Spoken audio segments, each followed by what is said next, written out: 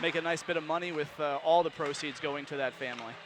All right, very good. And this is also our first glance in, of course, with the organization as well for Yep. this coming season between the Elite and Empire teams, what you guys have doled out as far as your recruiting over the summer and everything. Talk a little bit about the new role that you're in and the new coaching staffs as a result.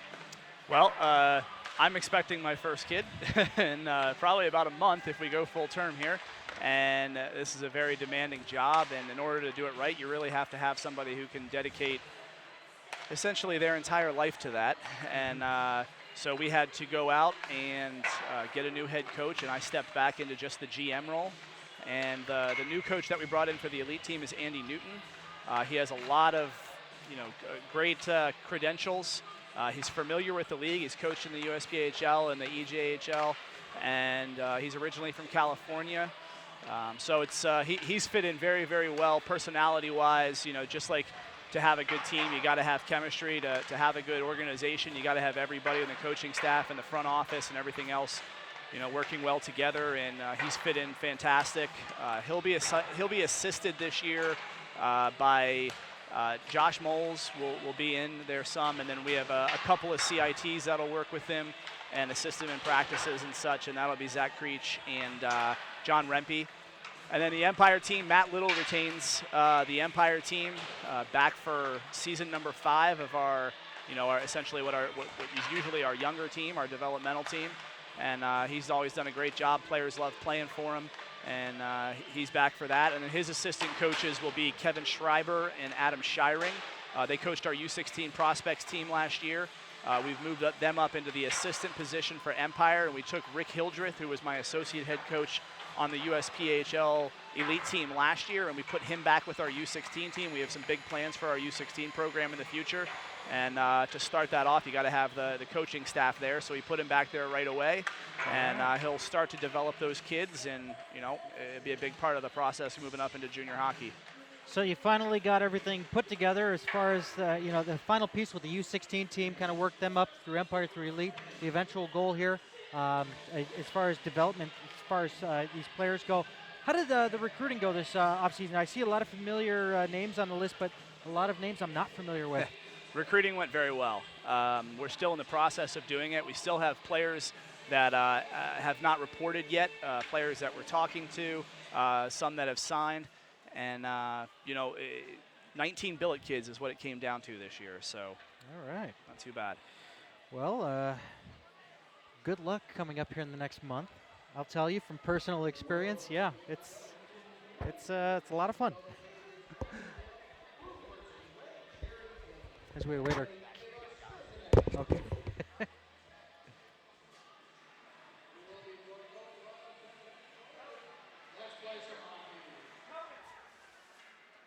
So we get our camera guy up here in a moment. We do apologize for that. So for those of you that are not familiar with us, we are Cross Ice Feed. I'm David Stearns, and the owner of Cross Ice Feed, as we will be broadcasting every single home game for these Potomac Patriots, for the USPHL Elite and Empire teams.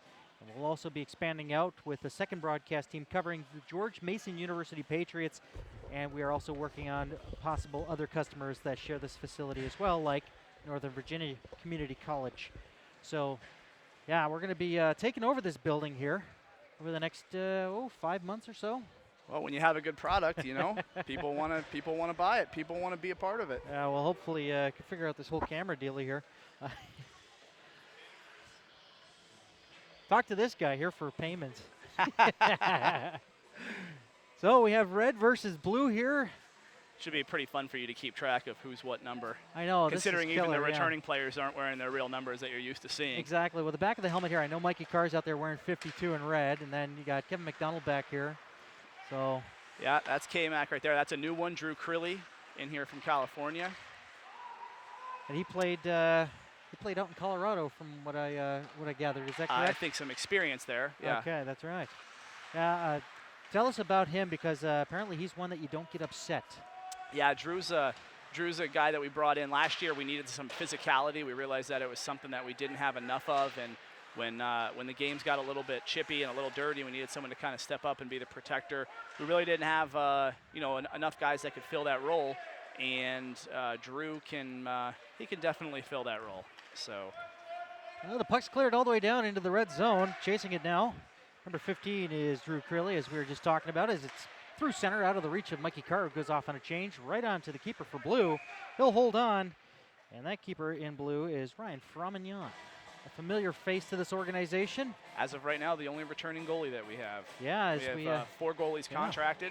Yep, we have 4 goalies contracted, and we're talking to a few more to fill the 5th role. And Ryan is the only returner. Our other goalies, Isaac Ritchell from Arizona. You should see him in probably the second half of the game for the blue team. And Vitaly Matul from Russia is down here in the red jersey. And Brian Parsons from Northern California is not dressed. His airplane actually gets in at 10 o'clock tonight. Now, he's the big guy that we're looking for. He is the elite other team. 6'4". Yeah, we have Oh, two man. goalies we have 2 goalies slotted right now in the elite for that are both 6'4". Man, if you're going to go the Ryan Miller approach, I guess that works. Tall and skinny, and I guess it'll pay off in the end. You know what? In the end, when it comes down to the goalies we want are the ones that stop the puck. I don't care how big they are. Exactly, a 3-on-1 developing here with a pass dropped up over to the near side with a shot backdoor. Taking that shot is Trey Purdon, another familiar face coming back from the Empire team last year. The setup, I believe that was Micah DeBow on the far side as it comes out with red breaking out in the neutral zone. This is Michael Addison. Addison, familiar name in some regard as he came from another team within the USPHL. I believe it was the Hampton Roads Whalers, if I recall correctly. You are correct. I guess we're not going to beat around the bush on that one, huh? No, we have 2 players that they really enjoyed playing for Andy. Michael Addison actually had planned on not returning to junior hockey this year, and he contacted us looking for when he did decide to start playing. He looked for an opportunity to play in the BCHL. Contacted Andy. Andy was trying to set up some tryouts for him. And then he basically changed his mind, decided he wanted to stay east and play for Andy, and so that's how we signed him. Well, we also have another familiar name. He'll pop up here one time or another. I'm not sure if he's out here. He'll probably come out on the ice. Mr. Josh Maltz. Josh Maltz is the other one. Yep. Josh quit the Hampton Whalers last year after Andy left, and he has not played actually since. And he decided that he was going to play his last year of eligibility this year. And he was the other one that decided if he was going to play, it was going to be for Andy. I'm actually very excited to see those 2 names because you're familiar with how they performed against the Patriots in the past. They're very talented players. Oh, yes. they certainly are. They're really talented But players. a face-off will come up to the right here of Frommignon. One back by blue, but red crashing towards the net there with a shot right on. They save the rebound, they score right in the blue paint there. Bubbles, give me back that cat. It's 1-0 red. That would be Mikhail Zaitsev. You're going to have to help me with these names there. So Mikhail, is he one of your Russians? He is one of the Russians. What gave it away? What do you got? At least 2 or 3 of them, right? We have 4 Russians, but one is a dual citizen, so he does not use an import card. So 3.5 Russians, okay. Yeah. So Turchenik is not here yet. His visa was just approved yesterday, so he should be here in the next couple days. That's Mikhail Zaitsev that just scored. Daniel Avdyukin is the dual citizen, and Vitaly Matul is the goalie down here in red right now. And then, of course, our other import card was our returning Swede, Jonas Glatt. We all know Jonas quite well here as we get our roster sorted out. Not much we can leak here yet until these 2 teams are decided upon, but rostering looks like it's going well. Recruiting's never over. I tell you something. You go into a training camp and you kind of think that you have an idea of where guys are going to fall, and you always have some bubble players. And we had some guys that made themselves bubble players that we didn't necessarily know or expect would make the adjustment to juniors quite so fast.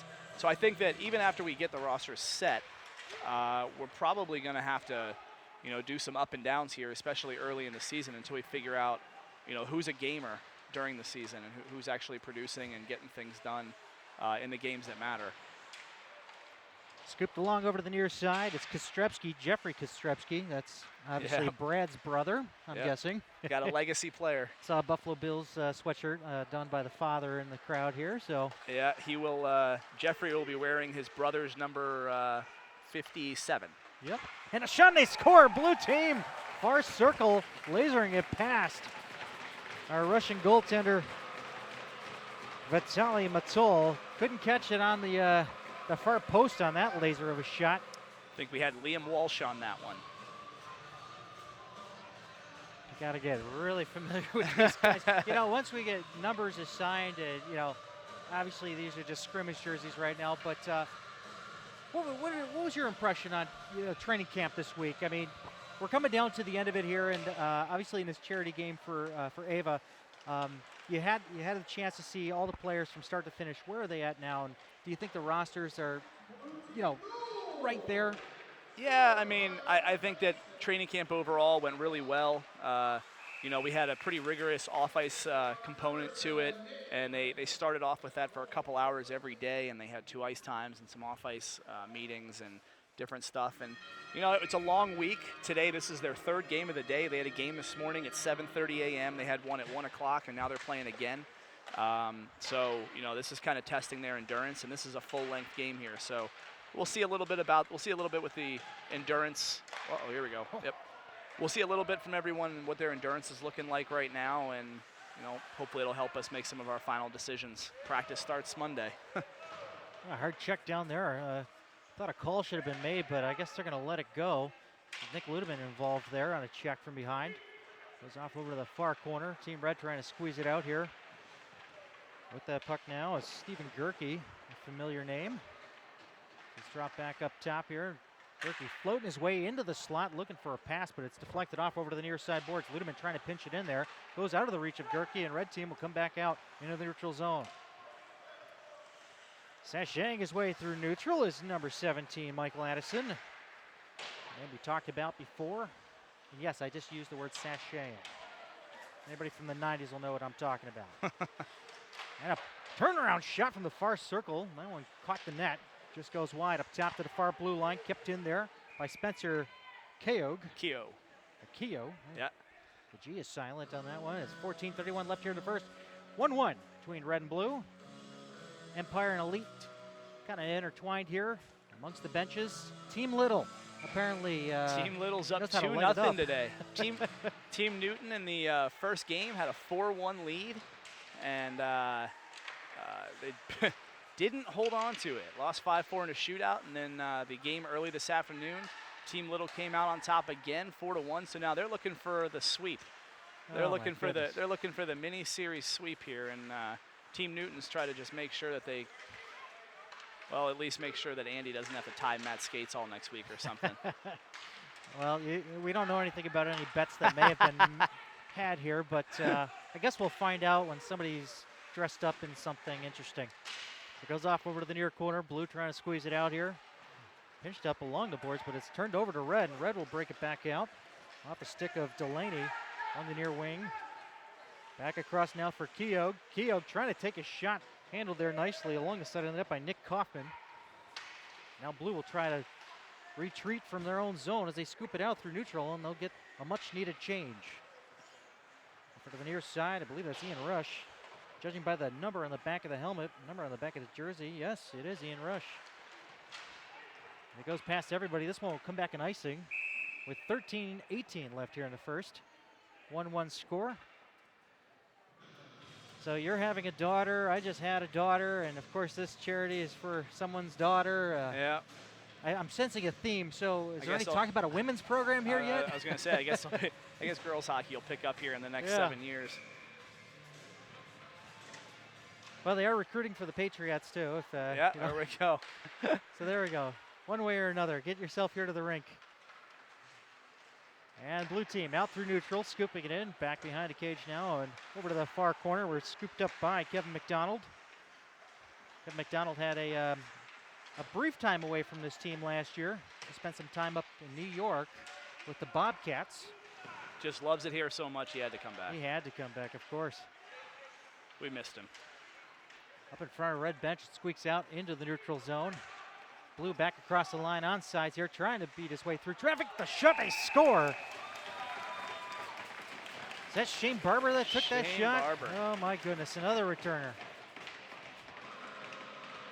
I really want to talk about where you're going with these rosters, but I know it's too soon to talk about it. But Shane Barber's one. He's a leader in his own right with the Empire team last year.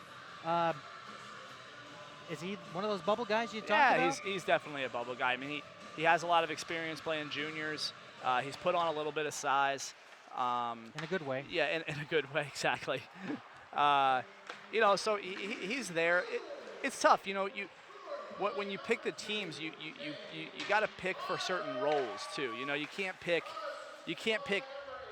20 finesse players, right? You got to have guys that are physical players. You got to have some guys that are finesse players. You got to have some guys that are, just character guys. And so, in essence, you're really not trying out against everybody else on the ice. The guys that also are your type of player, that are your type of role, those are the guys that you're looking to beat out, and those are the guys that the coaches are going to fill their teams with. And so, Shane could very easily fit in there, and that's going to be something that Andy and Matt are just going to have to discuss and figure out what's best for not just the teams, but for the players too. We want to take the players into account when we make these decisions.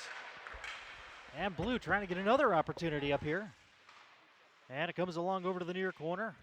Scoop back behind the cage. It's going to be picked up by James Wadier. Wadier moving it along the dasher as it's over to the half boards.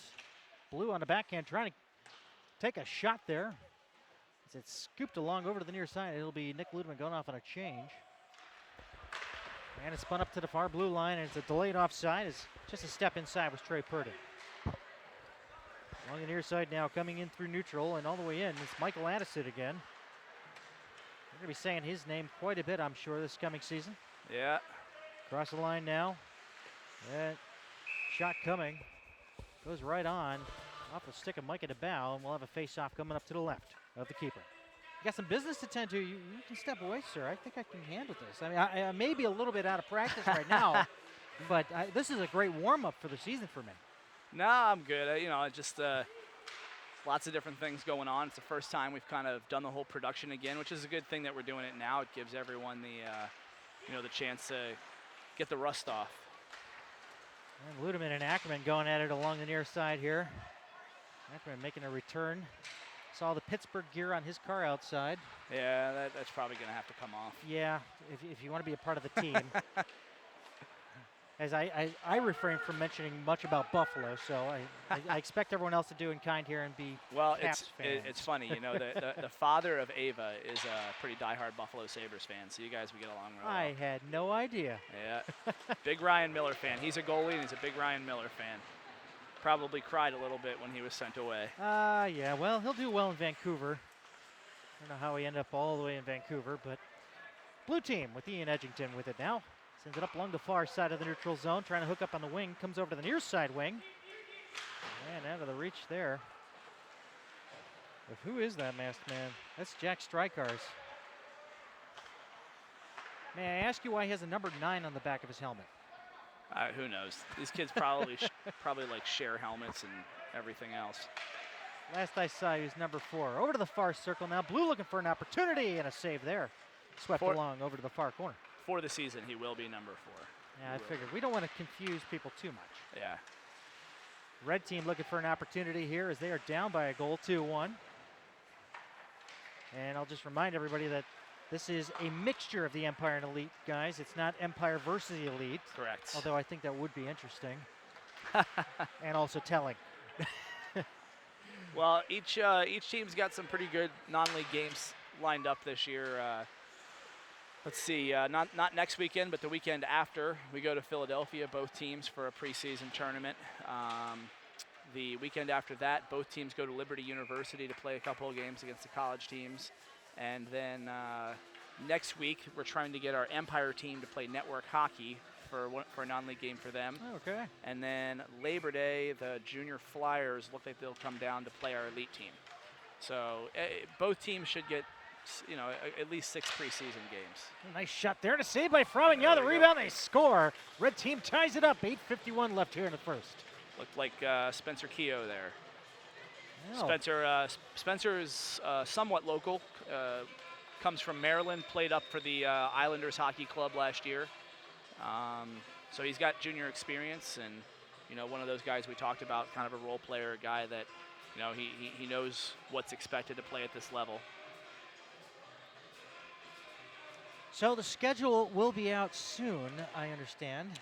Thanks for alluding to a lot of the pregame or the preseason stuff. But Yeah, the regular season schedule, we're just kind of waiting on the league now to release everything. Our schedule, technically, and we submitted it in like May. So we've been done for the most part. We had a couple small things to fill in, but we've been done for the most part for quite a while, and we've been done completely for a good month now.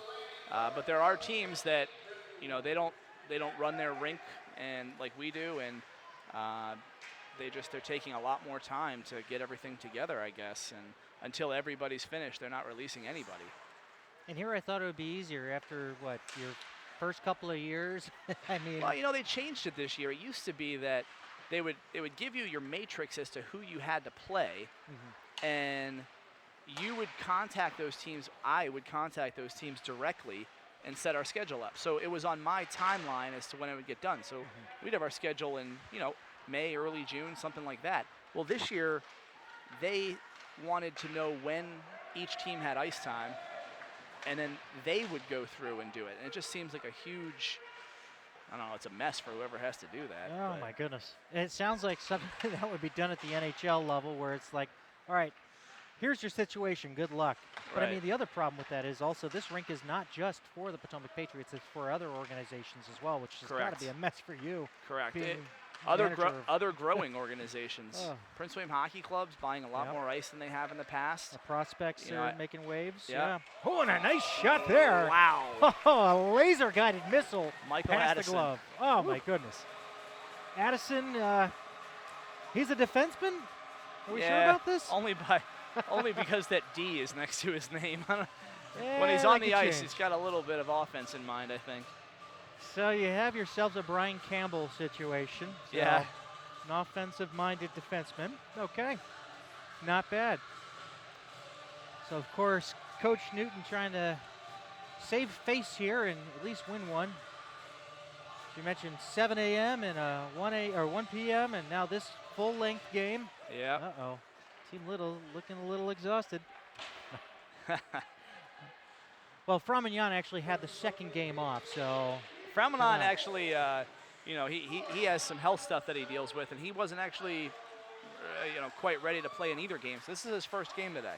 So he should be fresh. red team looking to notch one up again here as they come across over to the far half boards. Down to the corner it goes, off along the side of the net and back over to the near corner. Chasing it down, Mikey Carr. Up top. Over to Wadier, James Wadier. He's in control of that one as he tried to go D to D with it, and this one almost pings off a helmet into the blue bench, and we get a stoppage. GM RJ Ziegler in the booth with me here. It's David Stearns for Cross Ice Feed. We will be featuring every home game for these Potomac Patriots, Empire and Elite of the USPHL here at crossicefeed.com. Also stay posted for George Mason University Patriots hockey, so don't get confused. We're pretty patriotic these days. Here's your look at Josh Maltz you were looking for, 44 in red here. He's floating out there at the red line. Let's see how he trails in on this one. Mikey Carr trying to put it in deep. A little shoving match there as it comes out in the neutral zone. Back to the red team blue line. It's fed ahead by, I believe that was Ian Rush. And he'll have to go back and chase it as blue clears it in. A couple of players for blue changing now. The red maintaining control.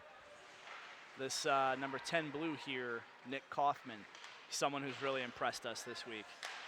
He's been here quite a bit, over the summer. He's been training pretty hard.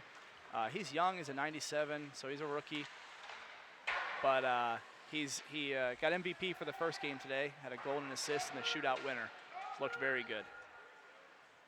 Off over to the near corner, looking with a nice breakout pass out there through neutral. 2-on-1 the other way for blue.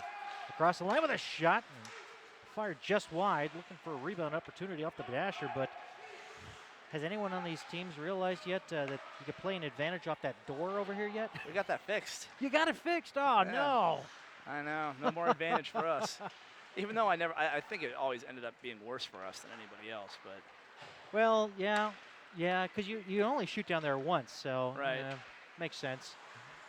Although that second period was always fun to watch. Any game you're watching, it's like, watch that bounce. And now blue with control here inside red territory, fed to the front. Nobody looking there. This one's swallowed up by the keeper. So I got to get this name down. It's Vitaly Matul. Yeah, Vitali goes by Vito for short. All right.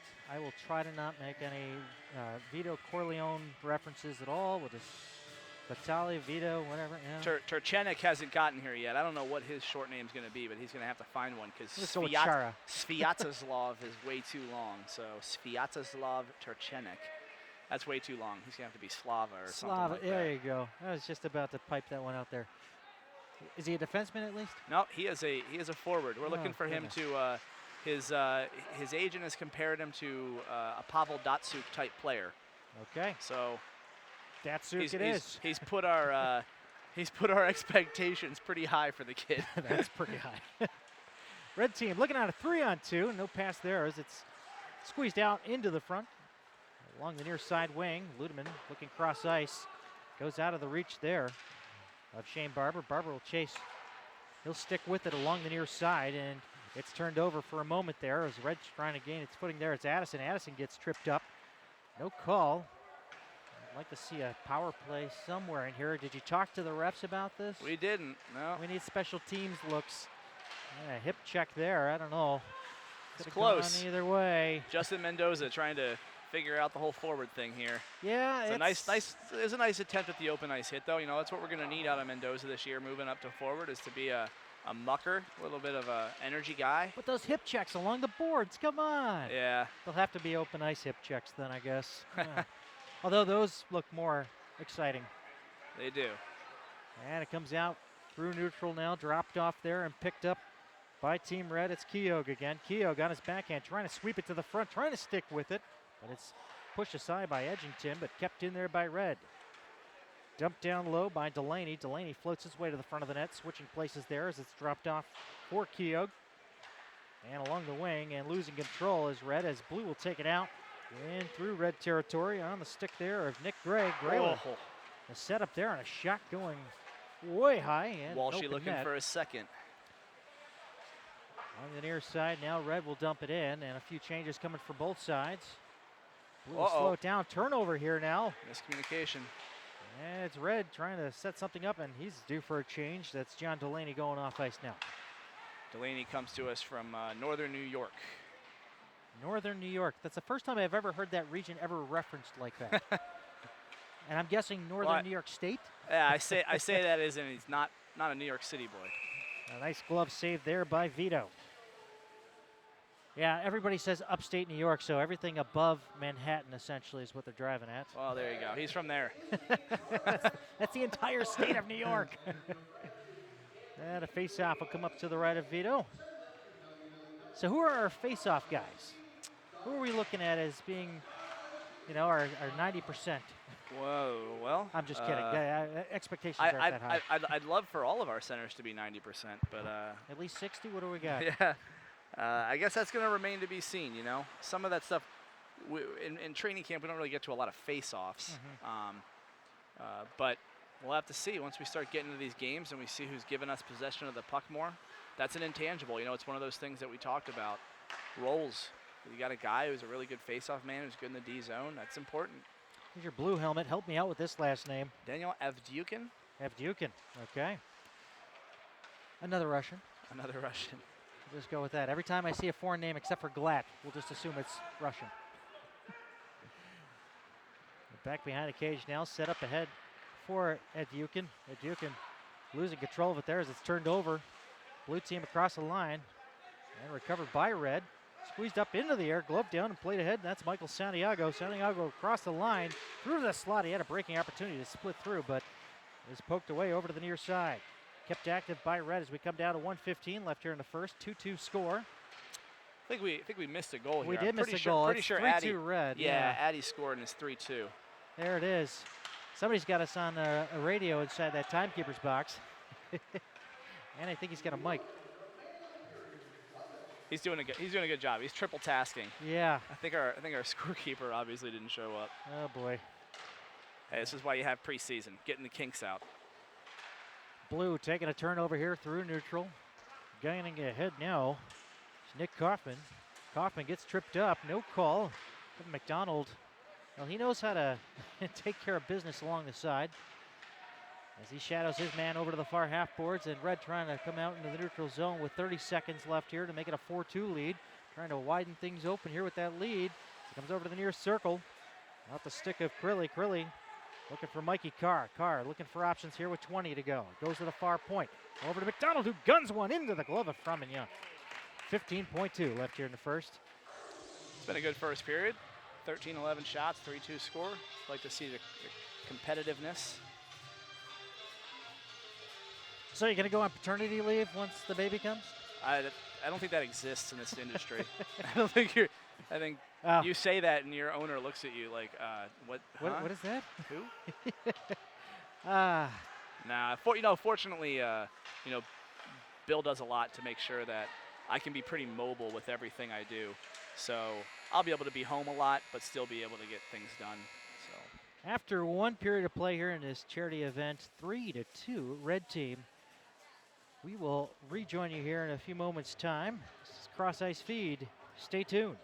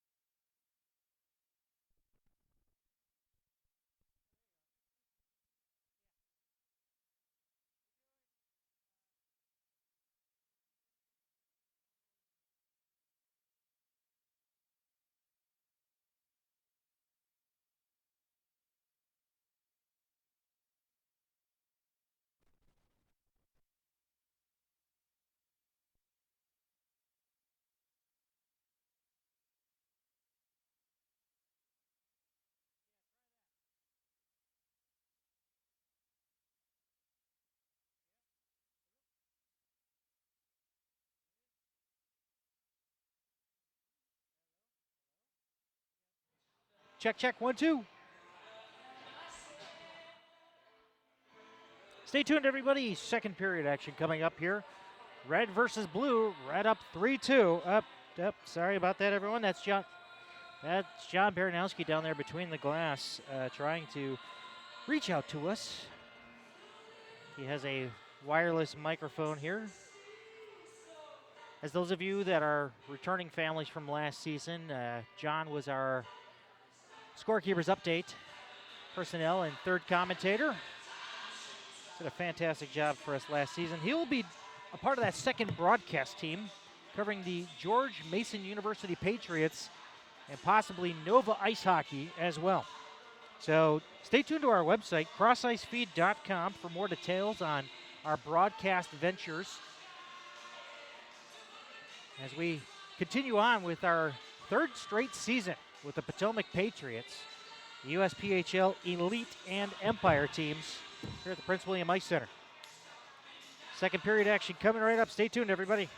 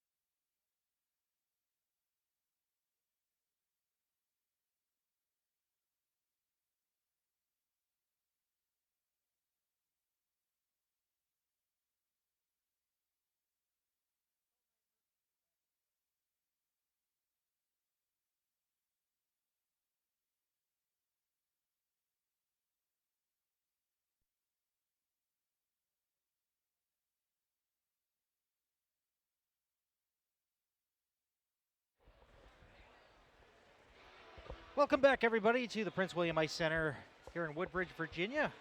5180 Dale Boulevard for those of you that are keeping score. Or if you want to come down here, check out the Pro Shop. Check out all that awesome gear you got in there. Nice tie, by the way. Yeah, go big or go home. There you go. John's a little confused down there in the Scorekeeper's box. Team Red is up 3-2 on blue here in this charity event. Looking to not get swept. Yeah, how about that? Not that it's a good omen, but Newton is currently 0-2 as a Patriots coach, it looks like. That's not a good start here. That is not a good start. He's got to redeem himself. You're going to have to give him a hard time for this. We will. We'll give him a razz.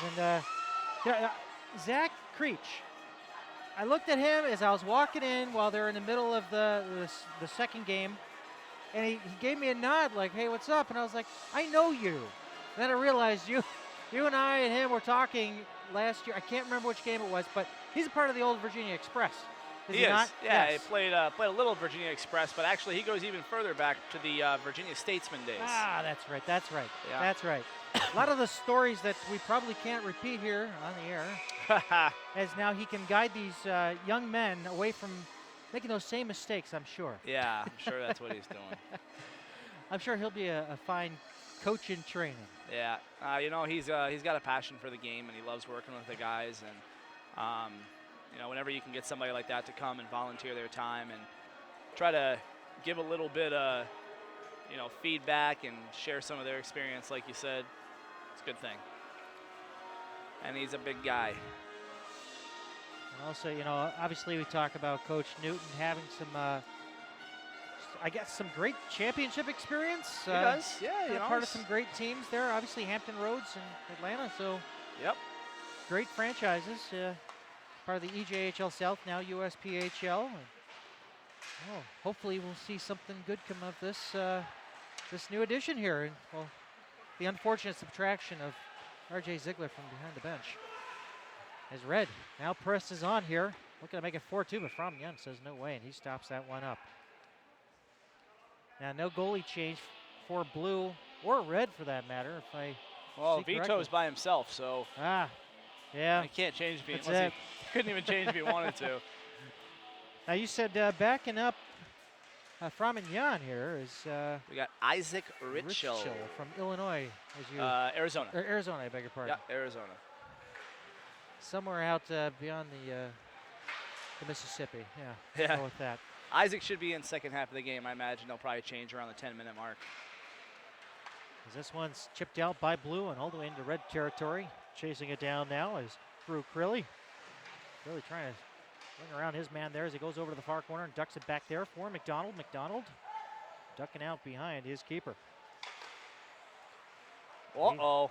Yeah, turnover there and a chance. A juicy opportunity, but lack of puck control there as Mikey Carr will maneuver his way across over to the near side of the ice through neutral and up ahead now onto the stick of Luke Klecker. A name I had not said in this game so far. What's the scouting report on him? Klecker comes to us from Team Maryland U16 AAA. Hard-working kid, also did network hockey this summer. Network was partially responsible for, you know, recruiting him out to us, getting him to us, and did a lot of development with him over the summer. Hard-working kid, very fast. You know, have to get used to the junior game, but be a good player. Micah DeBow trying to keep it in there, but it's taken away in the other direction by Michael Addison. Is that right?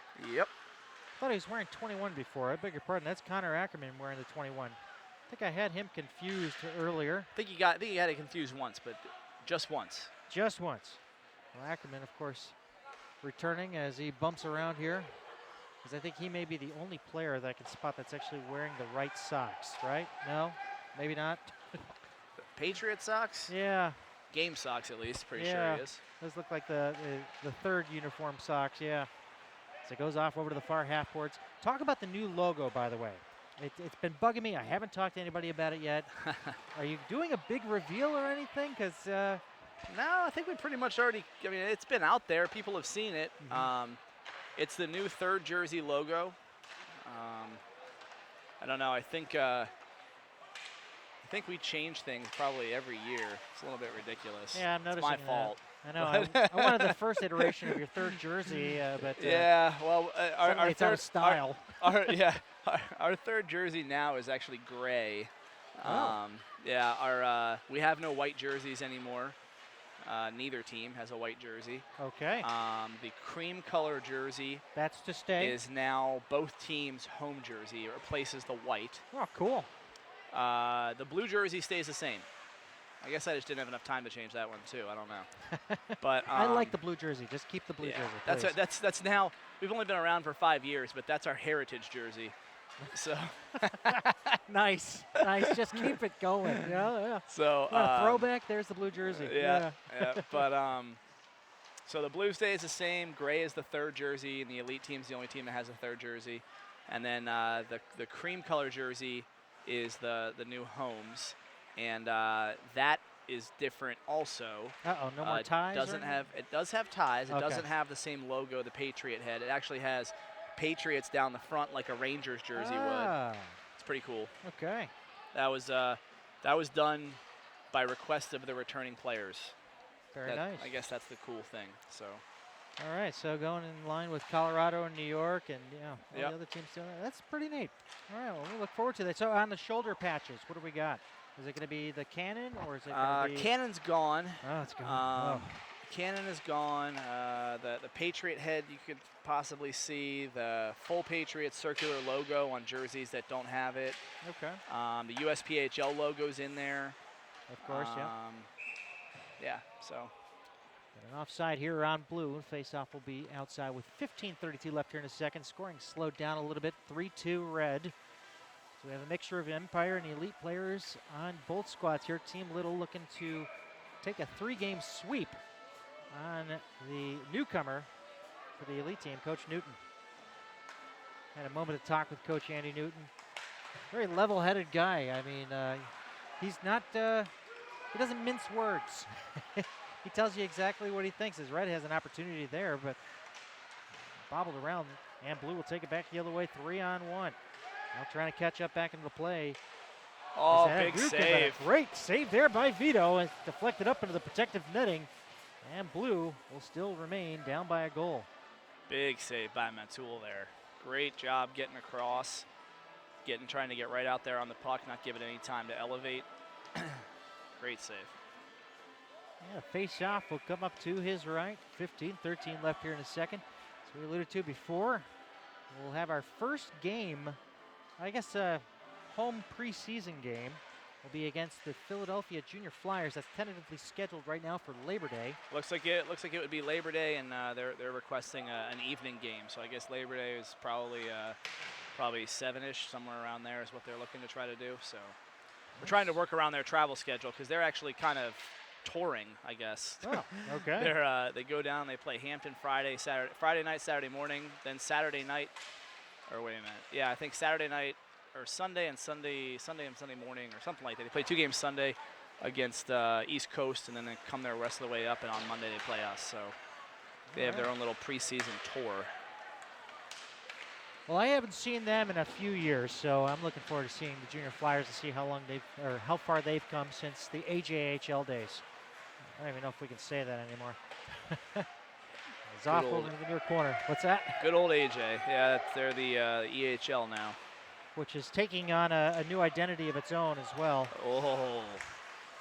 Man, a nice steal there. Back an opportunity. I think Liam Walsh is a little upset about that one. Well, you know, he almost had a breakaway at the very end there, and he's the one that Matul made that great save on. And so that kid's got a lot of upside, too. He's an awesome kid, for one thing. But as a player, he's got a lot of upside. Played Selects Academy, U16, AAA last year. So he's got some pretty good experience. The product of this area, though, he grew up playing local Tier 2 and Tier 1 in this area for Ashburn and the Little Caps. And Seems then like you're getting a lot of out of Ashburn, by the way. Because, I mean, well, Nick Gray comes to mind, and then a few other players that have played with him.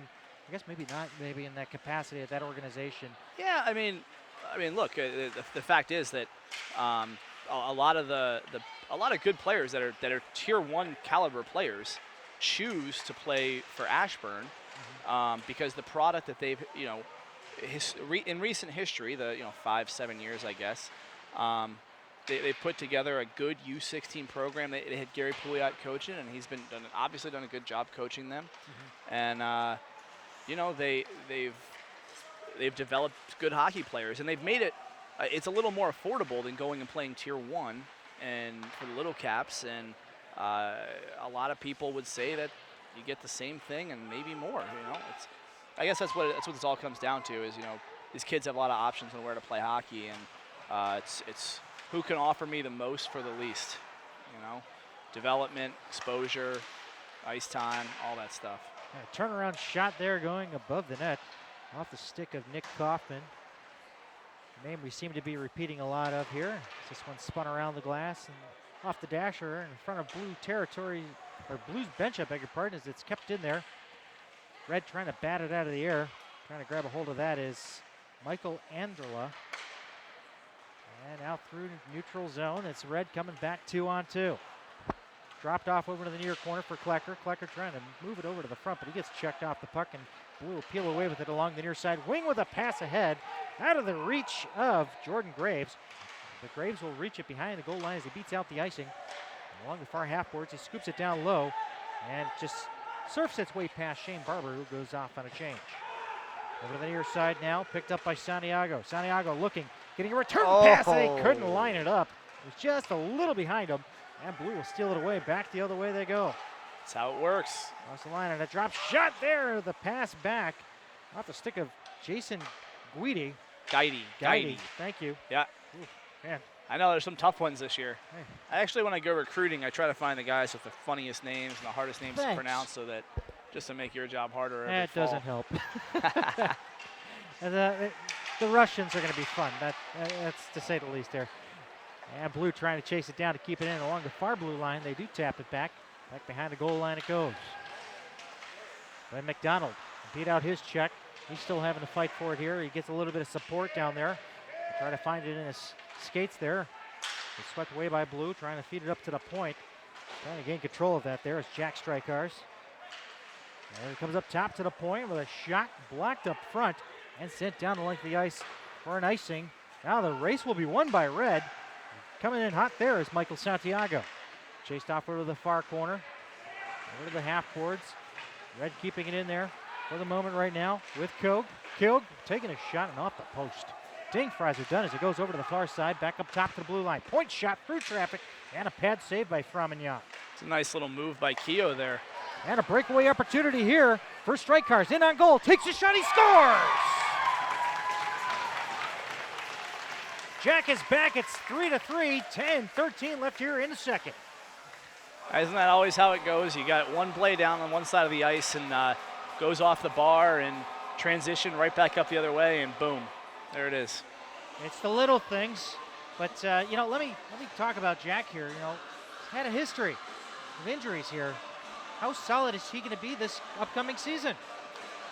I don't want to jinx anything. I have to talk about it. I'm going to be honest with you. He sat out the second game today. Oh, man. Yeah, it's a physical game, and these kids work hard. And I think that the positive thing is we decided to go with a little bit bigger rosters this year. So if kids need the rest, it's easier for us to give it to them. And hopefully that helps. And now Red looking to get that lead back again with the ever so elusive backhand shot. Gets deflected over to the far circle up top to the point. Run through traffic, ping-ponging its way behind the goal. Kept active by Team Red. Got Devin Melise here. He's an Ashburn product. He was, I believe, the second leading scorer on the Ashburn U16 team last year. He's a local. He lives 5 minutes from the rink here. Funny enough, he's his first coach was a guy by the name of R.J. Ziegler. Oh, well, how about that? Yep. It's funny how everyone comes full circle. It's pretty cool when that happens. Well, it's a tight community around here, and hockey is growing leaps and bounds. And obviously, with this fairly new facility, you guys house a great program here with the Potomac Patriots and also the Potomac Prospects. Prince William hockey is growing by the day here, and still waiting for that girls program. But well, I know the other thing is that yeah. we're never satisfied with what we have. We're never, once we can get one thing added and we can make something better, then we move on to something else, and where we add something else. And the Hutzlers and the management group that we have here, everyone's real supportive, and it's great for everyone that plays here, and not just plays hockey here, but skates here recreationally, competitively, whatever it is. you got curling here too, right? And we just got curling. Yeah, I just saw that. I was thinking about giving it a try. And I tell you something, for the first time we've ever offered it, we had a lot of people do it. So Well, pwice.com is the website That for is more it. details. It's a Cool. shot right on. Nice save there by Vito as it goes back behind the goal line and up top. good job coming out and challenging there, taking away the angle. And a shot from Gerke and a pad save by Vito again. Gerke giving it another try and he rifles it just wide. Stephen Gerke making the decision to return. Yeah, took a little bit of time to decide what he wanted to do, if he wanted to continue to try to play hockey competitively or go to college, and I think he made the right decision. He's got a lot of talent as a hockey player, and so. And his father's talented with the camera too. Oh, that's always a benefit. Those pics are outstanding. We're going to utilize those photos for probably the intro and some highlight videos that may surface during the season. Oh, that'd be great. And a face-off will come all the way down to the left of Vito on that icing call. 8:05 left here in a second. We're all knotted up at 3. Here for this charity event for Little Ava. And I took a look at the intermission, trying to get an idea of how we're doing, and I'd say that this is going to be a very, very, very large success for that family. So thank you very much to everyone who's come out and support. And this one fed down low. They score. One-time setup up front. What a great redirect. Kevin McDonald had his stick angled right at the perfect spot to beat Frominjon. So 4-3 lead for Red. So much for changing it to 10 I'm minute sorry, mark. 4-4. Is that right? No, I think Johnny's got it right down there. Okay. 4-3 okay. Red. Should be on the home side though.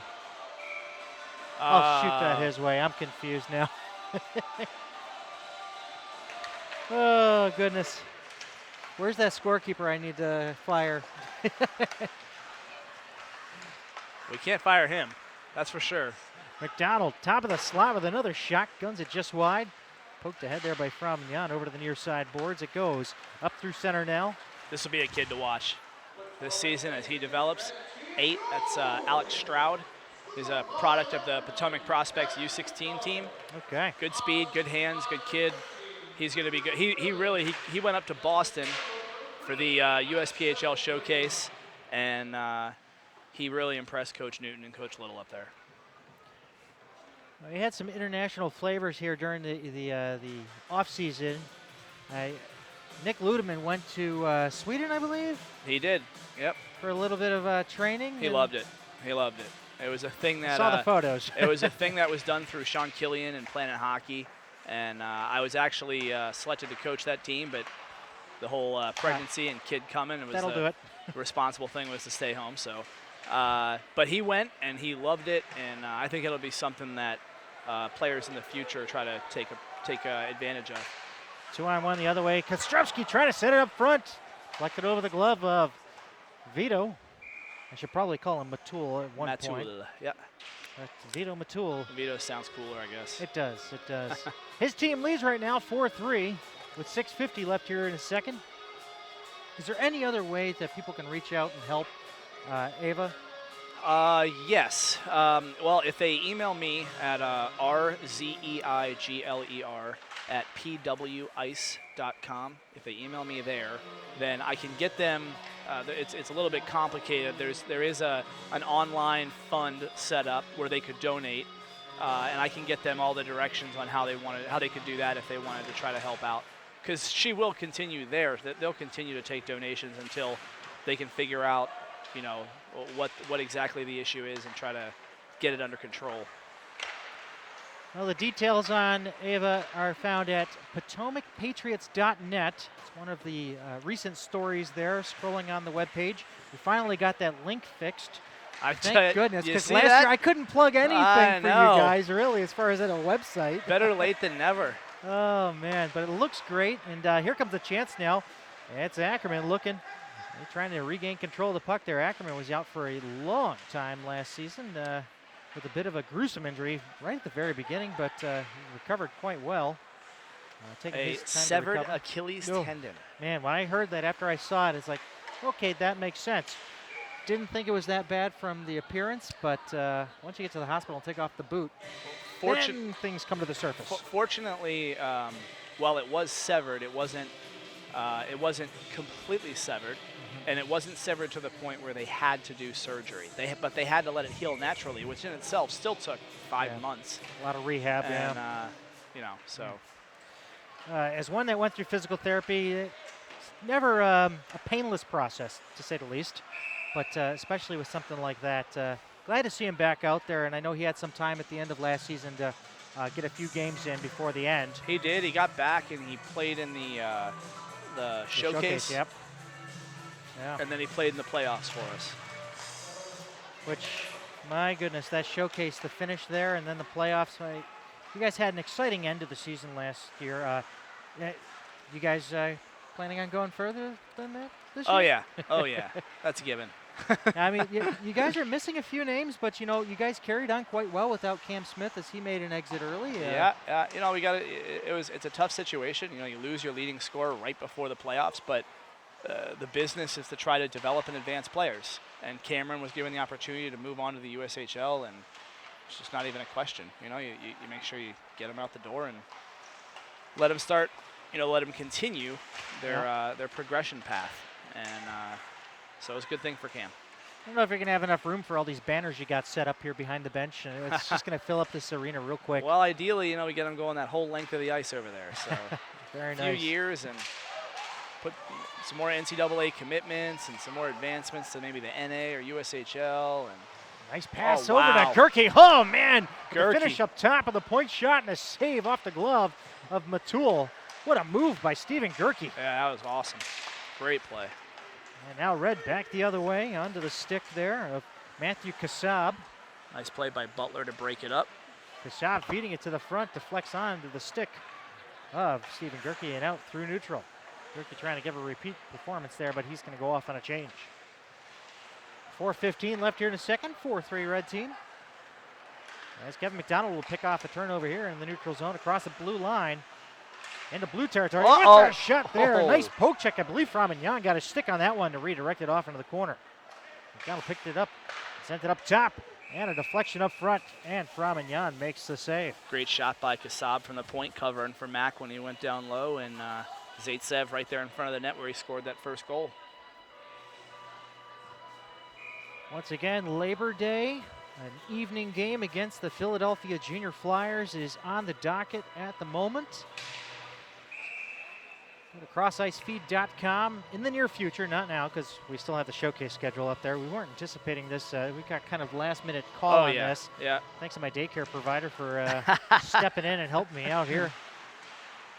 As McDonald working his way through, sets it up front and it's along the goal line. He scores. Zaitsev, second of the game. Oh man, Mikhail. We'll just call him Mikhail. Yeah. Zaitsev, I'm going to have to brush up on my Russian. You? Yes. These guys, we have them all on the same team for a reason. Sometimes I think they only communicate with each other. Daniel's real good with the English. He ends up having to be the translator sometimes. Yeah, I hear that only one of the four, one of the three that you currently have here physically speaks a lick of English quite well. The other two, Vito and Mikhail, they speak English. It's just, it's one of those things where there's a little bit of a barrier, and I think during games, their instinct, if they're trying to communicate, is using Russian with only each other. Yeah, it reminds me back in the day when Semyon Varlamov made his first appearance on the scene with the Capitals. He did not speak very well. And yeah, he had Arturs Urbe supporting him the entire time. Yeah. Although Urbe is not Russian, but he was still the translator. Now the face-off will come up to the left of Framignon. 3:22 left here in a second. It's 5-3 red team. And we'll take a look here at Luke Klecker taking the face-off for the red team. So he wins it off over to the near sideboards. Trying to step into it. Mikey Cars that goes up top to McDonald. Down low behind the goal line. It's Ackerman squeezing it over to the near side. Mikey Carr has his pocket picked, and blue team breaking it out through neutral now. Along the near sideboards with the return pass there for Jonas Galat trying to break it towards the net. Jonas had a pair of goals in game 2 today. And Ackerman back across trying to work his way around the outside, cutting around with a little wraparound attempt there. I don't think it actually made its way onto the net, but it steered off over to the far corner. Mikey Carr trying to fight for it, but it's along the half boards back down into the corner for Carr. Carr driving it up top for McDonald. McDonald takes a shot and a save there by Framignon. The rebound left juicy up front, but swept away by Team Blue. Out through neutral now. And Liam Walsh taking a shot there and a little collision up front. It's a great shot. You teach those guys when they enter the zone there, if they're going to put the puck to the net from an angle, is to shoot far pad, try to get that rebound to pop right out there for the guy going to the net. It's exactly where he put it. I think the shot was just so hard, though. It was a little bit too quick to react for Nick Gray to put his stick on it for the rebound. Hey, talk a little bit about the systems in place now here. You had your chance to establish. You did quite well with it. How different of a philosophy has Coach Newton brought to this organization? That's a good question. Well, let's see. He is going to run.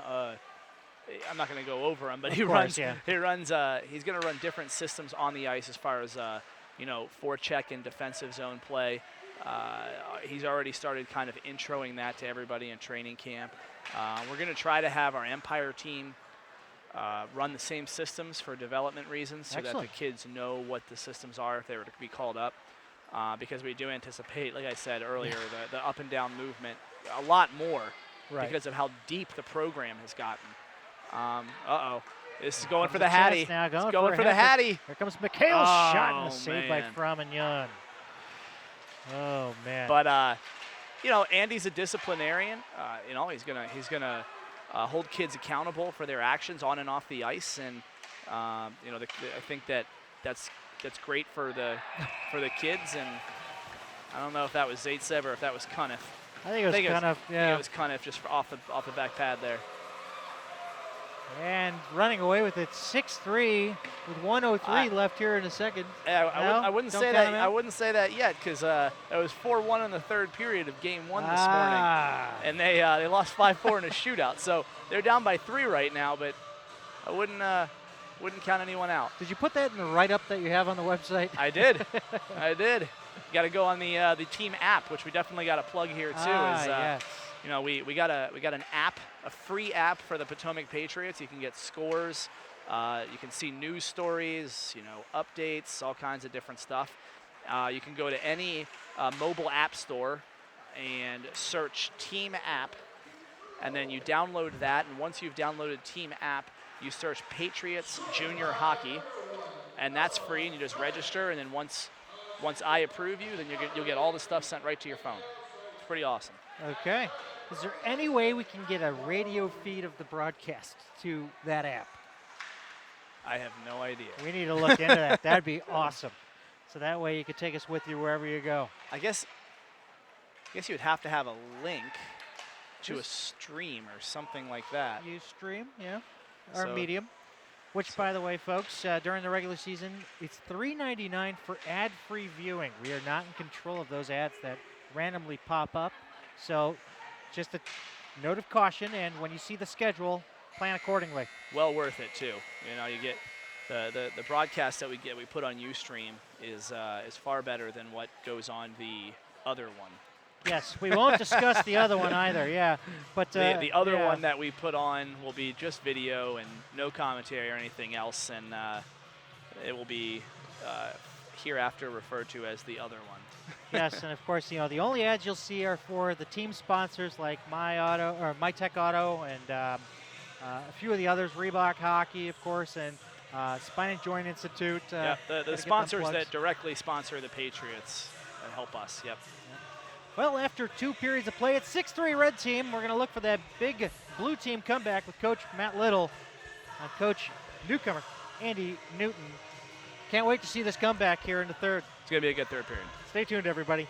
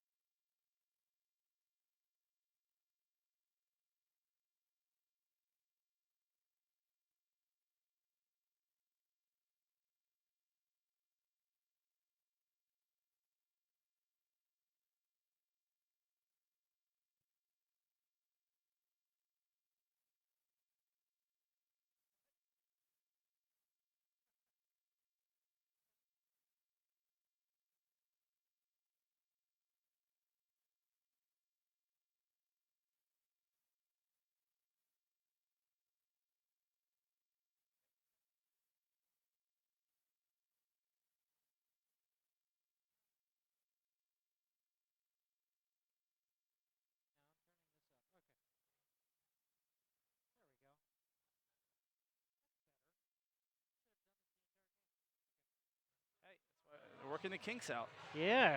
Speaking of working the kinks out, red team finally worked out some kinks here, so we think. We'll see. We'll have to see what the finished product looks like. Blew a 3-goal lead in game 1 today, so we'll see what happens. Well, they have a 3-goal lead right now, 6-3, going into the third period. As we're here for this charity event for little Ava. I keep saying just her first name because I don't want to butcher the last name. Is it Sturzenegger. Sturzenegger? There you go. Sturzenegger. Are they Austrian? I think he's of German descent. Okay, Yeah. cool. Well, he's a Sabres fan, so I like him. Yep, he is a Sabres fan. But little Ava needs some support here, and the folks here who have turned out in a great number. And obviously, we've taken a look at what's been brought in at the door. Looks like some good progress made towards her medical bills, which is great.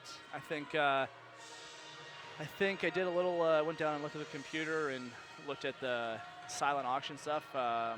And I'd say we're going to be probably raise just over $2,000 for it tonight. Oh, very good. So that's very pretty good. great. That's pretty great. We weren't really sure what to expect. I mean, it's a training camp scrimmage. Yeah, I know. And but we ended up. I think we'll sell probably between $700 and $1,000 worth of tickets, and then the silent auction stuff did pretty well. We had somebody do some stuff for a bake sale, so that's pretty good. And overall, pretty successful. And you know what? It's the thought that counts. And it's also that, these guys, all the guys knew that they were doing this for charity today. And, you're kind of teaching them that, if you have the opportunity to help somebody and the ability to help somebody, then, you really should have the responsibility to do so. That's what we keep telling them. So they're learning a life lesson as well. And we're Hang on. We need to get we need to get a shout out here. I guess the cheerleaders want a shout out. Wait. There we go. Where are they? There they are. There they are. All right. I don't know what that is. Oh, it's a smiley face. Oh, it is a smiley I got face. it. There It's a we go. smiley face. Okay. All right. We tried. We're working with some new equipment this year, and it'll be fun here at Prince William Ice Center. For those of you that are not familiar with our broadcast, we are Cross Ice Feed, usually joined with Brian Schrems, but he's vacationing in Buffalo, New York. Benefit of being a teacher is you get 3 months off. Vacationing in Buffalo, New York? I know that normally doesn't work, but that's where we're from, he and I. But no, he spent half of his summer in Florida, down in the Keys. Oh, at Fort that's Lauderdale. vacation. Yeah. All right, that's vacationing. Oddly enough, that's where he got married last year, and that was a fun destination wedding. And it's red team pushing it through the neutral zone, over to the near side, and blue will tap it right back out. McDonald getting spun around there, but it's off onto the stick of Spencer Keogh. It goes over to the far boards and squeezed away by Team Blue. Out through neutral, recovered by red, turned back over to blue. A little bit of a pong battle in between the blue lines. Next goal is going to be big here. Blue team's got to get a little bit of momentum and start chipping away at this. That's how they did it in game 1 this morning, and they're going to have to do it again here. And correct me if I'm wrong again, that was Guidi down low for blue? Jason Guidi. Jason Guidi, yep. Jason Guidi. You know what? I got it. It's Guide with an I. There it is. Perfect. Along the near side boards. Oh! Noah Morning. Oh, boy. That was definitely a penalty. And the official put the whistle away on that, and now we got some pushing and shoving. Gotta love the competition, though. Oh, boy. Hopefully he's okay. We've already had a few injuries come about here in training camp, and it's definitely a hit from behind, though. Well, he is up and moving, so he is okay. He's skating to the bench on his own power here as, well, Doc Yuskin is not here, but hopefully he is okay. Well, now you're going to get your chance to see the power play here. Well, call will be made here. And who is that in the box? Remind me. I don't see the number. Addison. That is Addison. Okay. Man, he does have some size. Yeah, popped him from behind. He's got to watch himself. Got to make sure he plays safe here. Not just now when it's his own guys, but you want to play the game the right way no matter what. Addison's got a ton of skill. He's just got to make sure he harnesses it the right way. And it's training camp, but you like to see the competitiveness. You can't it's like a football team that never plays contact, right? Yeah. You can't go into a game having never played contact. With this, you got to have some intensity, even in these inter squad scrimmages. The guy's got to play with intensity regardless, and you got to like that. And you see Liam Walsh, a rookie, come in and step in for Morning. He gets hit from behind, goes up and tries to stir it up a little bit with Addison, who's one of the biggest kids out here. It's nice to see that kind of stuff. You don't like to see that hit, but you do like to see the way that everything kind of played itself out. And a shot along the near circle. There it is. And it's a goal, and we got ourselves a game. The comeback begins. 6-4. Blue is still down, but only now by a pair. It's a 3-goal comeback. Well, it's beginning. Now Addison, he's learned his lesson, and hopefully Morning's okay. He's, the celebration there, so Noah's a tough kid. It's a little shaken up, that's all. Yeah, Noah's a tough kid. He'll be all right. Noah's another U16 AAA Team Maryland kid that came to us this year. Actually, he just recently signed 2 days ago. I was gonna say I didn't see that press release yet. No. When they all wait till the last minute here, it's tough for me to pump these things out. Just give a list. Here's all of our commits. Yeah, especially during training camp. It's even harder. I'll get articles done. It just takes a while. So just a few roster spots left from what I understand. Just maybe 5 between the two teams? Maybe only 4. And that's if we took a full 50, which we were kind of looking at 48 being the magic number. 50 is like, you're scratching 5 kids if everyone's healthy. God, that's just, as a coach, scratching kids, when you don't have a good reason to scratch somebody if they're not, if a kid is undisciplined or he's running his mouth or he's late to practice or, those kind of things, then scratching them it's warranted, right? Right. But if you got 5 kids and none of them have done anything to deserve being scratched, so to speak, it's the worst thing in the world for a coach to have to scratch them. Sorry, can't get you a lineup spot tonight, but you've really done nothing to deserve it. That's the worst. So you will have injuries. Those are going to happen. And there will be reasons why kids have to be scratched. And, 24 was the number we were kind of going for, figuring that at any given time you'll probably have a couple kids injured. Maybe someone's got SATs that weekend. Maybe someone's got a family wedding or whatever. I've heard all kinds of them. Well, I've seen a few of them in, the few years that we've been here, on a crucial weekend, somebody's brother's getting married up in New York or something like that. But well, let me ask you this now. We have Richmond in the mix now, and I know last year was an interesting situation. Some teams were kind of like, all right, do we have our roster or not? A chance there for Red Team. Get back by 3 here. But you are getting a look at Isaac Ritchell now. Okay, there he is. Wow, he's a big guy. All right. As he takes on his first shot here, a rebound. Oh, nice save. Nice butterfly save there as it gets popped behind the goal. And there. a nice rebound save after that. Off into the near corner goes Blue, swinging around over to the far side. So back to what I was saying, Richmond is now a part of the USPHL. Yep. How does that factor into things? I mean, regional competition, you already got Hampton Roads and East Coast pretty much at the doorstep of this region. How did that all shake things out as far as recruiting? As far as local markets go, believe it or not, Richmond and us don't really like recruit from the same kids because just purely because of how awful 95 is. Yeah, true.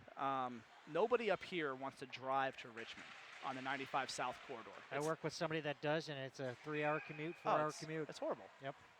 And then at the same token, no one from Richmond is really going to drive here if there's a program right there. So, regardless of what league they played in, it really has never been an issue, and it continued that way now. They're in the league. I think they also have a few kids that played for Hampton that decided to go to them. But I don't think they've really taken anyone from anyone else. They did up teams too. They only had 1 team last year, and they played in the Met. And now they have 2 teams, and they're in the Elite and the Empire for the USPHL. So, we'll see. It's too early for me to know anything about rosters or anything else, but I'm only going by what I hear. But the recruiting stuff between them and us, we had nothing. So really, in the end, all it is it's a nice short trip to get some games in and not have these kids, away from home quite as much. A shot from Team Blue gets steered aside there by Matul. Over the near half boards on a backhand out through a pass through center. Bouncing around off of Santiago and recovered by Edgington along the near side boards, trying to scoop it out there. Nice to see we got Mourning back on the ice here. He is okay, and he puts a backhand pass over to the corner to Jordan Graves. Graves challenged there as the puck goes along the half boards, along the right wing here as this scooped up high into the air. And we got a delayed offside as Noah Mourning was just a few steps inside a little early. I don't know what position he's playing right now. Yeah, he's floating everywhere. This one's kicked aside there. Wow, almost got caught with too many men on the ice was Team Blue. As we have 15 and a half left here in the third. 6-4 red team on the lead here of this charity game. Of course, if you want to contribute to help support Ava Sturzenegger, contact RJ Ziegler at rziegler@pwice.com for more information. Goes off over to the near side. Connor Ackerman trying to chase it down. He kicks it ahead over to the far corner. It's James Wattier. I don't know if we talked about James at all in this game, have we? James is another one that comes to us from the Washington Little Caps. The name, so that he doesn't have to correct you the next time, is Wattier. Wattier. That's the way that they pronounce it. So it's French. Yep, Okay. yep. Montreal Canadiens family, so obviously they have good taste in hockey. Yeah, you're a closet Habs fan, you know, because Yeah. you got to sit here and plug the Caps all you want, you know, because it's the local market that we Yeah. grew up in. But Yeah. man, I don't know how you could do that around here just growing up. Yeah, but anyway, so James is a talented. Hattie, there it is. Oh, Mikhail looking for man. the hat trick. You spoke too soon. It's Yeah. like saying shutout for a goalie. So let's just wait for it to happen. This one's out there in he the is. slot. Here comes the Notice chance. he's always right there in front of the net. Camped up front, and he tries to squeeze it through the wickets, but it is held onto by the keeper, and that is Isaac Ritchell. Big-bodied, 6'4", did we say? 6'4". Yeah. Man. He's got a little bit of, I guess, girth to him more so. Yeah. It's not, Parsons is even bigger. but the he's slimmer though. He's the tall, slim one, isn't he? No, that's the slim one. That's oh, jeez. So we got Ron Hextall coming out for the Potomac Patriots. Yeah, Brian. Right after I'm done here, I get in the truck and I go up to Reagan Airport and Gotta pick up him Parsons. Oh So man. yeah. Well, how many Alan Parsons jokes will be made as he makes some incredible saves? I'm sure there will be a few.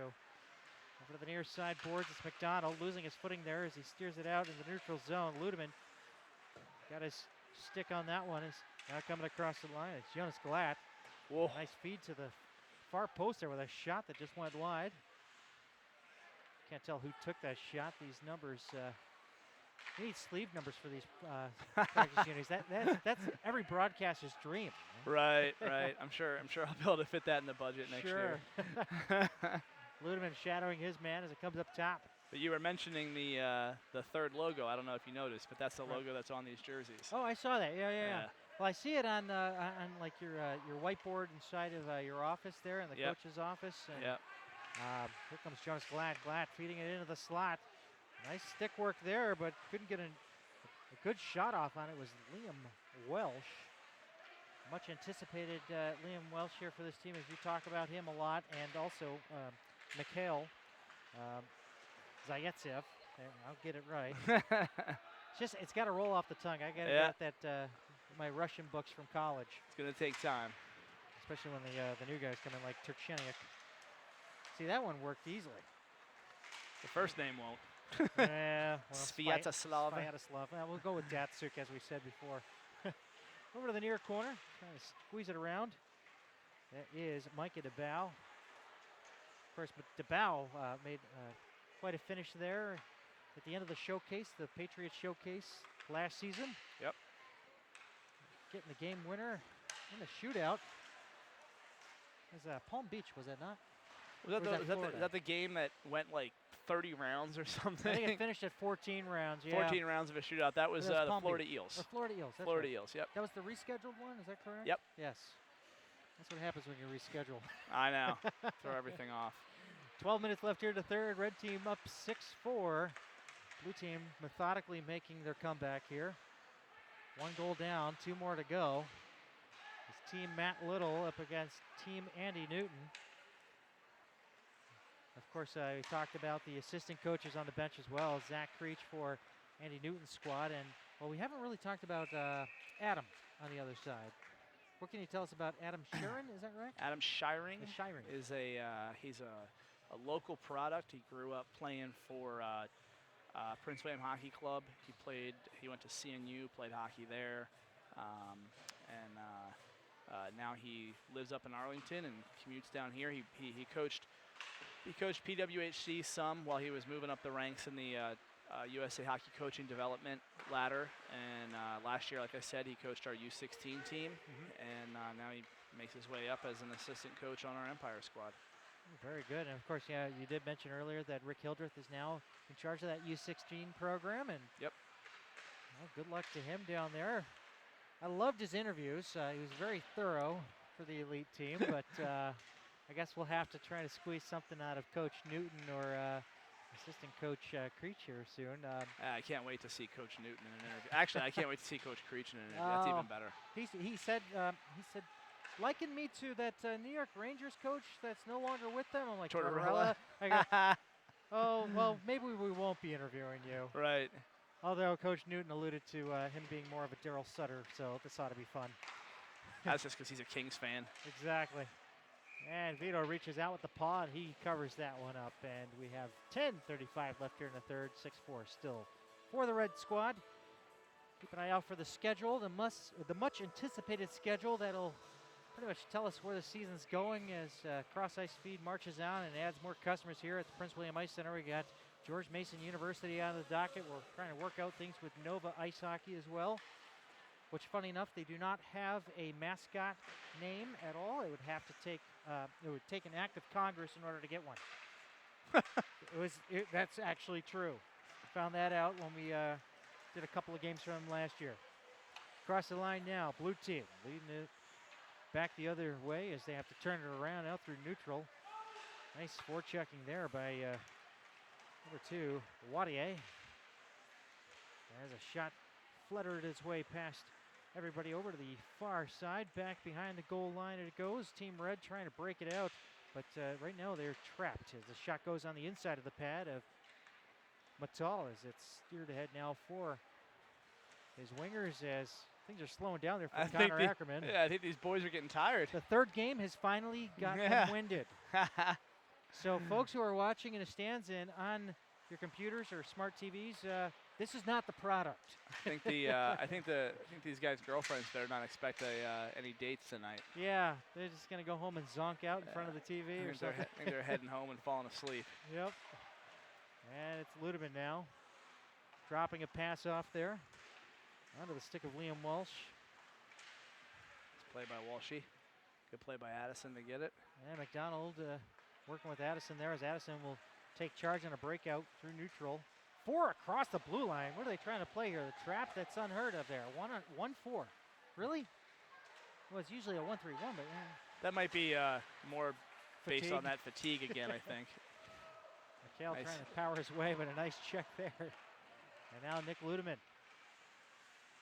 It looks like he's gained some size during the offseason. And, of course, going to Sweden with that training program you talked about. With, is it called Planet Hockey? Is that right? Yeah, Planet Hockey was the one that sponsored it. Sean Killian was the one that put a lot of the time into organizing it. They take a team at pretty much every age group, I think. Okay. And, you apply, and they kind of look at your background, and then if you're accepted, they set everything up. And it's kind of an all-inclusive thing, kind of like a vacation package you would buy through a travel agent. Nice. It includes their stay and most of their meals, and still looking for that Hattie. Got that tip right in front of the net there. Isaac, yep. Isaac takes up a lot of space, man. He does. It'd be nice if when he goes down. Yeah, it'd be nice if we could get a chance to see him play the puck too. He can fire the biscuit. Oh yeah. But anyway, back to the Planet Hockey thing. Yeah, Yep. It's pretty much an all-inclusive thing, and they do it every summer. So. Yeah, speaking of summer, you put together a team during the summer. Talk a little bit about the showcase that the team participated in and all that stuff. Because I mean, last year it was Oshawa. What was it this year? This year we went to Boston. We opted to not do the Oshawa trip this year. Really, the only reason that one's done is because It gives our guys a chance to go have a fun trip to Canada. Right. And kind of, we played at the GM Center, which is a really nice, just an absolutely gorgeous building. But as far as like exposure or anything else, there's really not much to that. Yeah. It's more just an experience thing, and it's tough. The timing of that is right as a lot of kids are getting out of high school. Maybe they're going to beach week. They're doing different things. It's tough to really pull together your best squad to go up there. If we were able to pull together our best squad to go up, I'd be willing to keep doing it. Just doesn't make sense. So we always do either Chowder Cup or the USPHL Showcase in July, and we did the USPHL Showcase this year. Sent a couple teams up there, and guys got to get back on the ice and play a little hockey and start to kind of meet each other.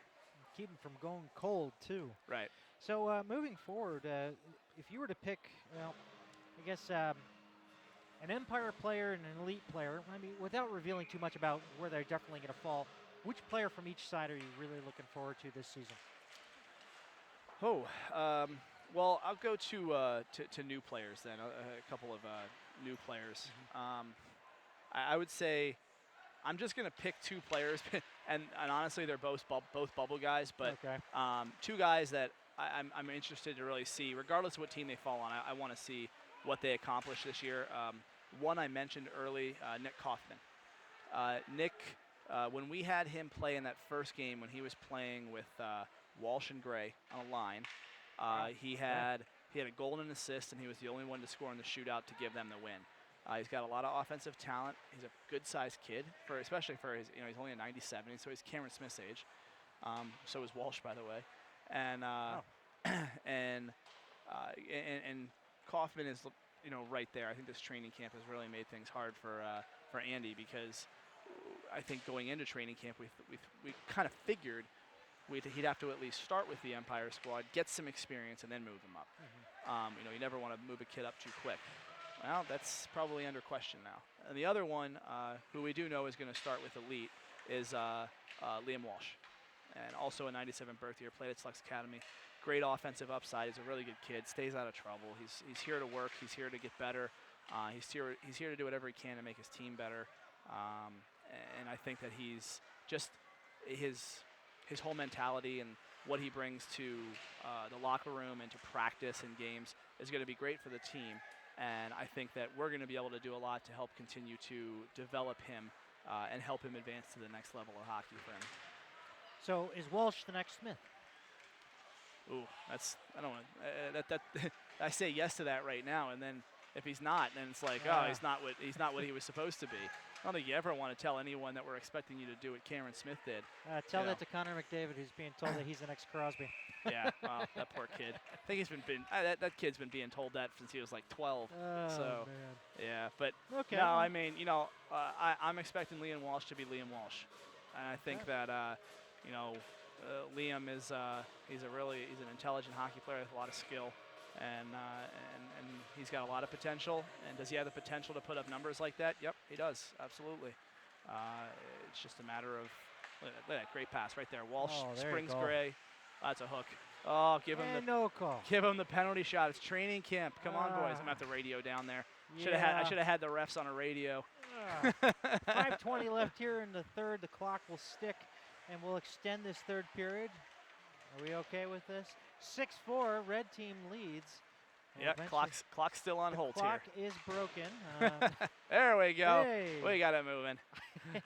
But I think the scorekeeper is just loving life so much that he doesn't want to go home. Exactly. He wants to be here all night. He feels comfortable. Maybe we'll schedule a second game. We should. Hey, if Newton wins this one, you got to go, best of 5? So. Oh, man. Looking at your rosters here, I don't see any Canadians. Oh, no Canadians this year. We 4 Russians and a Swede. That's all we got. Oh, boy. International community just kind of shrunk a little bit. No Canadians, but here's red team controlling it along the near side. And with a pass out of the reach of Michael Santiago, and he'll lose the race for icing as Ian Edgington will get there first. 4:39 left here in the third. 6-4 red. Shots are even at about 38 to 37 apiece, which might be a little bit generous, but I don't think so. I think that's right there. So? Yeah, I mean, it's training camp. I think everyone's kind of going run and gun here. Yeah. So, I think that Hopefully once that's not the system we're going to rock no, with, I think though. once you break up into teams, and the coaches start instituting systems, then everything will kind of, I guess I shouldn't say slow down, but everything will stabilize, and the teams will start playing a little bit more responsibly up and down the ice and blocking shots and limiting scoring chances, and it'll look much more like a game. Yeah, trying to split his way through. There's Stroud again. Well, Stroud, the puck goes over to the near side, and now we have Mikhail Payetsev looking for his third goal of the game. I'll just call it his third goal. We won't give it that magic name, but along the far circle, Blue. Oh, getting hauled down there. A clear hook, well, unless he was trying to draw that call. Referee's ready to go home. I guess so. Yeah, they've had enough of this. I don't know if you paid them enough. Oh, no, they're volunteers too. It's a charity There you game. go. They came See? out here. Bill Blaze, Matt Smith. Matt Smith's the pro shop manager here. Okay. Definitely, it's another couple guys we got to give shout outs to. Bill Blaze, Matt Smith for generously donating their time. Prince William Ice Center again for donating the ice time, so that we can run this charity game here. Also our cameraman too. Don't forget our Oh cameraman. yeah, our camera guys got it. Drew Cohen and Brad Kostrepski, our camera guys, veterans of the Potomac Patriots. Brad's younger brother, sporting the number 57, carrying on the legacy this year. Yeah, that's quite a legacy to carry there. Yeah, that Brad Kostrepski guy, we said, he's a big guy. He's got a great, strong Polish name. Sabres and Bills fan. You gotta love that. You gotta love that. 94 birth year. We're gonna roster him for one weekend so we can put him in a game so he can do a D pair with his brother. The only time in his life he'll probably be able to do that. Man, oh man. And then his younger brother will have to spend the whole weekend covering up for Brad. There you go. And with it now is Drew Crilly sending over to Kevin McDonald. Back along those far boards, out through neutral, and here comes a chance across the line, taking a shot right on Spencer Keogh, and will be held onto there by Sir Isaac Ritschel. 2:52 left here in the third period. An exhausting couple of teams out here, split between Empire and Elite, mixed in with red and blue jerseys. Their third game in as many as, 12 hours now? Is that right? Yeah, 12 hours. Yeah, wow, it is. Yeah, 3 games in 12 hours. Great job, GM. On flag. Perfect. Well, you know what? The first 2 games were 3 20-minute running time periods. Yeah, okay. So it's like one game. Giannis Glatt really working hard here to get a goal in this contest. I mean, I admire his work ethic. We talked a bit about him, and he's also featured in the recruit video. And coming from Karlstad, Sweden, I'm glad to see him come back, and he's got a positive attitude. Yep, it's a good kid. He's always looking to develop and become better. So. Looking for the empty. And it just goes wide of the near post. 2:05 left here in the third. Blue team pulling the goalie for the extra attacker. And a chance across the line. Jason Guide trying to put it to the front. Outnumber the puck no matter where the puck's at right now. Guide with another chance there and a pad save. Vito kicked that one out. It's going wide, but goes over the far blue line. And chance for Mikey Carr. Zeroes in, he scores. There it is. 7-4. Looks like that's a nail in the coffin. 3-goal lead back again. 1:45 left here in the third period of this charity game to cap off training camp. Looks like Coach Newton's going to get his first W. Oh, man. Well, put together quite a squad here, a good mixture of character, if you will. Yeah, actually the way that the lines kind of came out, they drafted these teams. The coaches drafted them. Wow. So Coach Newton had the first pick and Coach Little had the second one, and they drafted the teams all the way through. And it just, Coach Little picked a lot of the younger guys. Yeah. And Coach Newton picked a lot of the veterans. And the first 2 games, the younger guys outworked them. He had some leadership there. He picked Nick Gray to kind of be the leader of that younger guys group. And well, look here, the old guys are getting exhausted, though. Yeah, still had Coach Little still got 2 out of 3 today in the mini series. So. Well, the old guys and the young guys are all exhausted, but no, the old guys pull ahead here with a victory. Good for them. I guess it just takes some warming up. That's what it was in those first 2 games. It took them 12 hours. I don't think we have that much time every weekend. So we're looking forward to Labor Day. Looking at possibly a 7 o'clock start in that contest against the Philadelphia Junior Flyers of the EHL. And then by then, hopefully, we'll have a schedule to talk about. If we don't have a schedule by then, we got an issue. There's problems there. But no, we should probably have the Elite and Empire schedule. Check out crossicefeed.com, and a shot, they score. Isaac being beaten glove side high. McDonald. Oh, it's a Corey Crawford move. He's got to work on that glove. 112 remains here. It's now 8-4. Let's see. He only gave up 1 in the second game. Yep. And gave up 1 here in the 1 period. We got a minute left, and then first game he gave up 4. So still looked pretty good. Not too shabby. I know. Fromenon struggled a little bit today, but I think that some of that is he has the glucose thing he has to get under control, and sometimes it's just tough for him. But he really wanted to make sure he could get an appearance today. So, I think whenever he has those days where it's tough to get it completely under control, it's hard to really perform at your best. But the coaching staff knows that Fromenon's an extremely capable goalie, and I think we also got a good chance to see Vito a lot here, and obviously a real athletic kid. He's young. He's another 97. Well, he's hanging in there all the way and he played every game. Every game, no all rest. The way through. Well, good for him, though. Yeah. There comes that speed. Yeah, Mikey Carr. Yeah, good play by Drew Butler. Butler came to us from Tier 2 at Northern Virginia Ice Dogs. Okay. It's a nice play by him. Good defense. Good offensive upside defenseman. I think we'll be working on the defensive zone stuff with him quite a bit this year, trying to improve that level or that part of his game. And one last rush here with 10 seconds to go. And Trey Purden trying to work it through, but Vito doing a fine job getting the victory. 1 of 3 games here, and that'll do it here for this charity game. Potomac Patriots, red and blue. And a benefit for little Ava Sturzenegger. All right, want to thank everybody again for all the support for young Ava and her family. And practices start next week.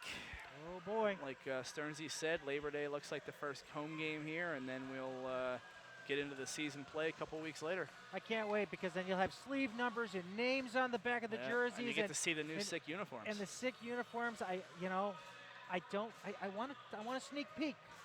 But I think I might have to be patient. Yeah, you do. It's only 3 weeks. The big reveal will be Labor Day.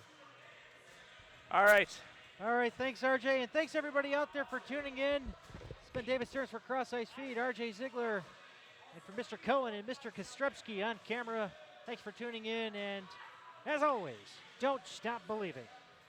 And for more information on Ava, visit PotomacPatriots.net. Check out the story on this benefit game and contact RJ Ziegler to find out how you can help and contribute to her medical fund. Thanks for tuning in, everybody, and have a great night.